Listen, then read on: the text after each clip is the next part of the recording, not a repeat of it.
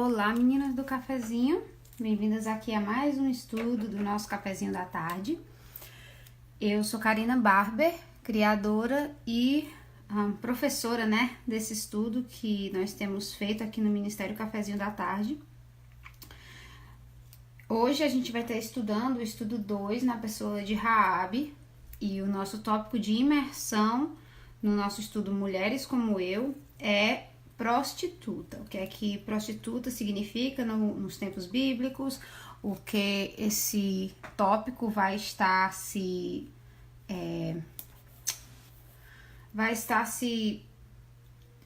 aplicando, nas escrituras. Vou esperar vocês começarem a entrar.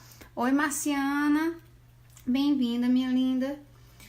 Lembrando que o nosso estudo Mulheres como Eu, ele é um estudo bíblico de 2 anos, então ele exige um compromisso aí seu de estudar afinco a palavra do Senhor por 2 anos, só que as mulheres que nós estudamos, elas são individuais, Nós estudamos uma mulher por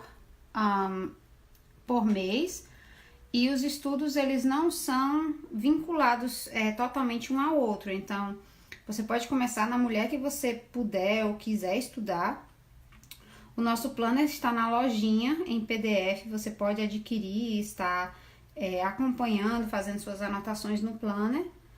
Ou você pode fazer o download do cronograma e questionário de histórico de aplicação pessoal para estar fazendo suas pesquisas e escrevendo oi Tati, e escrevendo oi Cris, bem-vindas. Eu tô aqui cortando umas uachas para eu ficar decorando essa página enquanto eu vou esperando vocês entrarem para eu começar esse estudo. Então, primeiramente, a atividade de prostituição era tão comum no mundo antigo que havia até estudos, tem encontrado uma associação linkado à prática na Mesopotâmia da deusa Ishtar. Então, havia até, vamos dizer assim, no Brasil ele chama de sindicato, Seria uma coisa semelhante a sindicato, só que na parte de prostituição religiosa. E essas mulheres estariam ali regras e situações, onde elas estariam se amparando naquele ambiente para poder estar exercendo, no caso delas, a profissão de prostituta, O livro que eu tô me baseando para essas pesquisas, gente, ele é um livro chamado Everyday Life and Bible Times. Ele é da Baker Book House e ele é um livro muito bom porque ele tem muita coisa prática dos tempos bíblicos. Ele traz a prática daquela época, assim também como ele traz o significado da época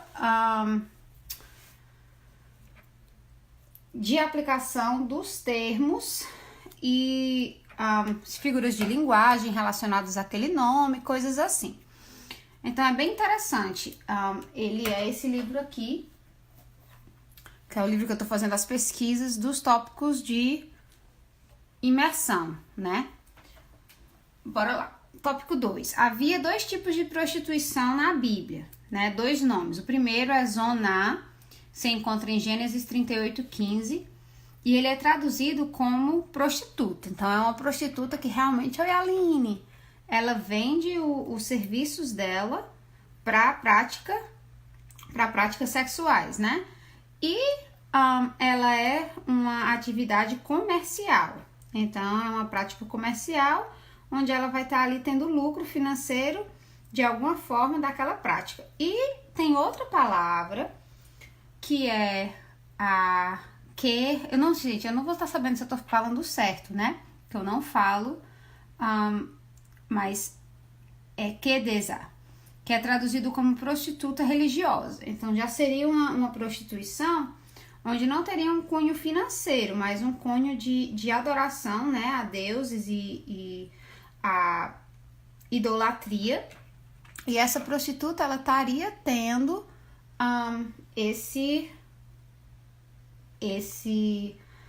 essa consequência, né? Esse objetivo de estar adorando, idolatrando alguém. Então, são dois aspectos totalmente diferentes relacionados à prostituição que nos levam a diferentes passagens, em diferentes situações na Bíblia. A prostituição religiosa está ligada à fertilidade das plantações e do gado. Então, você lembra que naquela época, muito boa parte da população, ela sobrevivia da agricultura. Então, quando elas iriam aos templos e estavam ali, né, tendo os rituais de prostituição, a intenção deles, boa tarde, Dani, a intenção deles era estar tendo essa fartura nesse campo específico que era a fertilidade, né? Eles viam que a fertilidade física, né, estava altamente ligada com a fertilidade das plantações e do gado. Então, essa é a primeira parte. A Bíblia deixa claro que todo tipo de prostituição é pecado. Então, você vai ali nas referências de Levítico, como a gente já leu na leitura de 2 anos, de Deuteronômio, a gente tem a convicção, né, de que qualquer prática sexual fora do contexto do casamento, ela é pecado. E é uma atividade que era procurada pelos incrédulos e não pelos crentes. Então, essa é algo bem específico também que está nas Escrituras, que os incrédulos, eles não têm aquela visão de temor ao Senhor, né? A gente tem também algumas consequências que são causadas pela prostituição, que Provérbios ele deixa claro pra gente. Em primeiro lugar, que muitas são as ruínas causadas pela prostituta. Então, você pensa aí estudiosos dizem que quando existe, né, a união sexual, as almas elas se tornam uma só, no sentido de Deus criou assim, né? Que o homem e a mulher se completassem. Então, à medida que você tem aquela união, você vai estar ali ligado emocionalmente, fisicamente, e todas essas situações, elas podem te levar à ruína em vários aspectos na tua vida. Tem o aspecto psicológico, tem o aspecto, né, ali, a questão emocional e doenças físicas. Então, as ruínas são muitas que podem ser causadas, né? Espiritual, lógico. Ela vai levar seu dinheiro, é outra que Provérbios ele deixa bem claro sobre isso. Vergonha e arrependimento estão sobre ela. Quando havia qualquer relação à prostituta, isso poderia colocar uma nuvem negra sobre o personagem. Então ele traz aqui 3 personagens específicos na Bíblia que tratam da prostituição, né? Primeiro, Judá, no episódio de que ele não quis dar um filho para casar com Tamar, e Tamar foi ali e fez o que ela fez, né? Fingindo ser uma prostituta, o que ela não era, para poder ter o filho. Acabou gerando Pérez, que foi da linhagem ali que nós conhecemos, e Jefité, que foi um grande guerreiro, e ele era filho de uma prostituta, e ali o pessoal, né, não tratava bem, o tratava como bastardo. Ou Elisângela o tratava ali como realmente pouca coisa. E ele foi morar longe de todo mundo. Depois vieram chamar ele para lutar na guerra. Então, é uma nuvem negra que paira ali sobre a vida daquela pessoa. Oi, Sueli. E Sansão, né, por ter se envolvido com várias prostitutas, o que inclusive levou à ruína da morte, né? Tudo que aconteceu ali com Dalila e tudo com relação a isso. Então, são várias as ruínas. Os judeus da época de Jesus abominavam as prostitutas. Jesus, no entanto, mostrou graça. Então, naquela época, né, você não andava nem na calçada. Era aquela coisa, assim, altamente... eles tinham um verdadeiro nojo. E Jesus, ele mostrou essa graça, ele mostrou essa misericórdia para as prostitutas, né? Ele simplesmente fala para a mulher adulta, né? Não tô dizendo que ela era prostituta, eu tô falando com relação a uma mulher com um pecado sexual. Ele fala e diz, vai e não peques mais.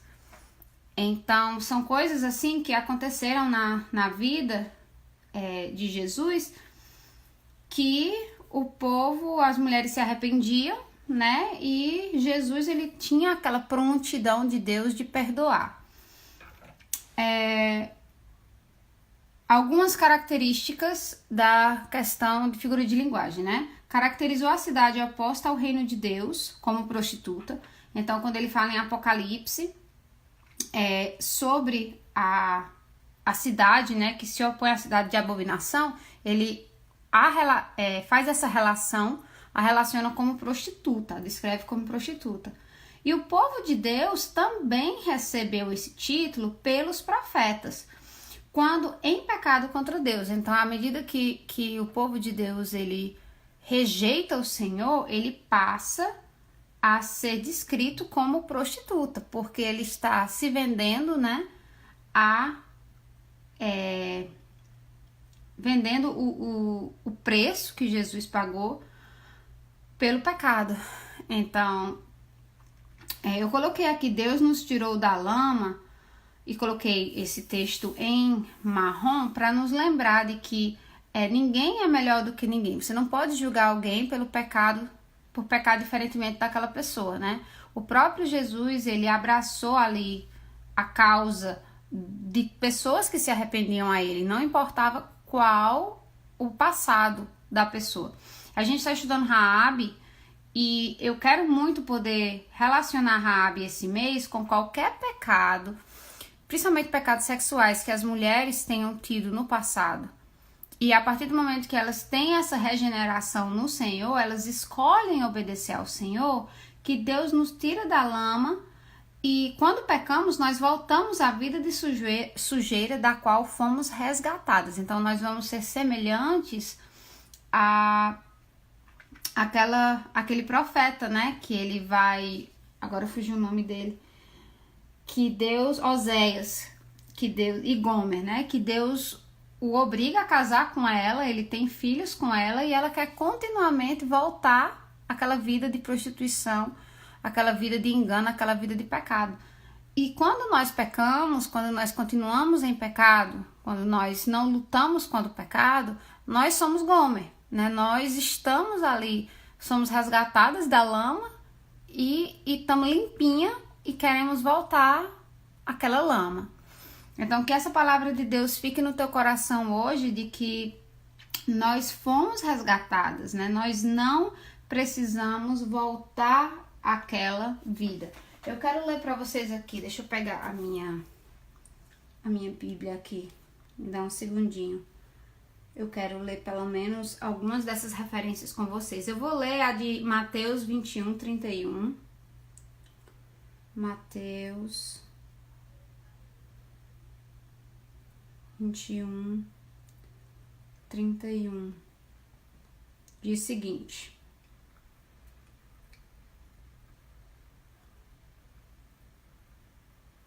qual dos dois fez a vontade do Pai? O primeiro, responderam eles. Jesus lhe disse: digo a verdade, os publicanos e as prostitutas estão entrando antes de vocês no reino de Deus. Aqui Jesus relaciona o arrependimento da prostituta com o filho. Ele pergunta, né? Ele dá a parábola de dois filhos. O pai manda fazer uma tarefa e ele diz que não. Não, ele diz que sim e não vai. E o outro diz que não e depois se arrepende e vai. E daí ele pergunta quem fez a vontade do pai. E ele pega e fala, né? Que aquele, eu vou ler pra vocês, ó, a parábola dos dois filhos, vai ser mais fácil. O que acham? Havia um homem que tinha 2 filhos. Chegando o primeiro, disse: filho, vai trabalhar hoje na vinha. E este respondeu: não quero. Mas depois mudou de ideia e foi. Então foi o contrário, a ordem, né? Aí depois, o pai chegou ao outro filho e disse a mesma coisa. Ele respondeu: sim, senhor, mas não foi. Qual dos dois fez a vontade do pai? O primeiro, responderam eles. Aí ele fala, né, que os publicanos e as prostitutas estão entrando antes de vocês no reino de Deus. Porque João veio para mostrar o caminho da justiça e vocês não creram nele. Mas os publicanos e as prostitutas creram. E mesmo depois de verem isso, vocês não se arrependeram nem creram nele. Então, que isso sirva de lição pra gente, né? Eu sei que muitas vezes nós temos atividades na igreja, nós somos envolvidas, mas isso em nenhum momento nos faz melhor do que qualquer outra pessoa. Ou nos faz mais importante na fila do pão, né? nós temos pecado, nós temos que lutar diariamente com esses pecados. E o fato de qualquer uma de nós nos arrependermos dos nossos pecados é o que nos vai trazer para mais perto do Senhor e vai restaurar nosso relacionamento pessoal com Deus.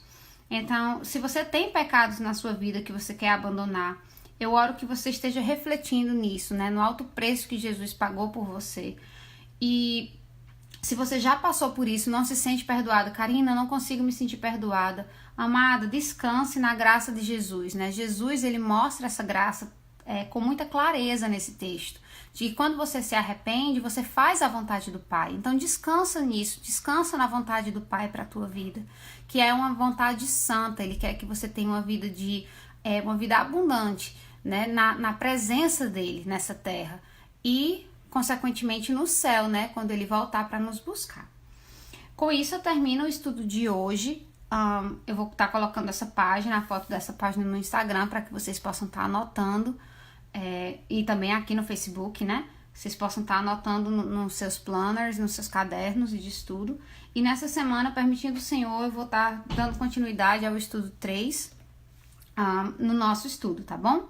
Um beijo, amo vocês em Cristo e que nós possamos estar continuamente aprendendo mais da palavra do Senhor, para que quando a gente lê a Bíblia, ela se torne viva. Mais ainda, né? Por a gente compreender o que a gente está lendo. Um beijo. Amo vocês em Cristo. Tchau, tchau.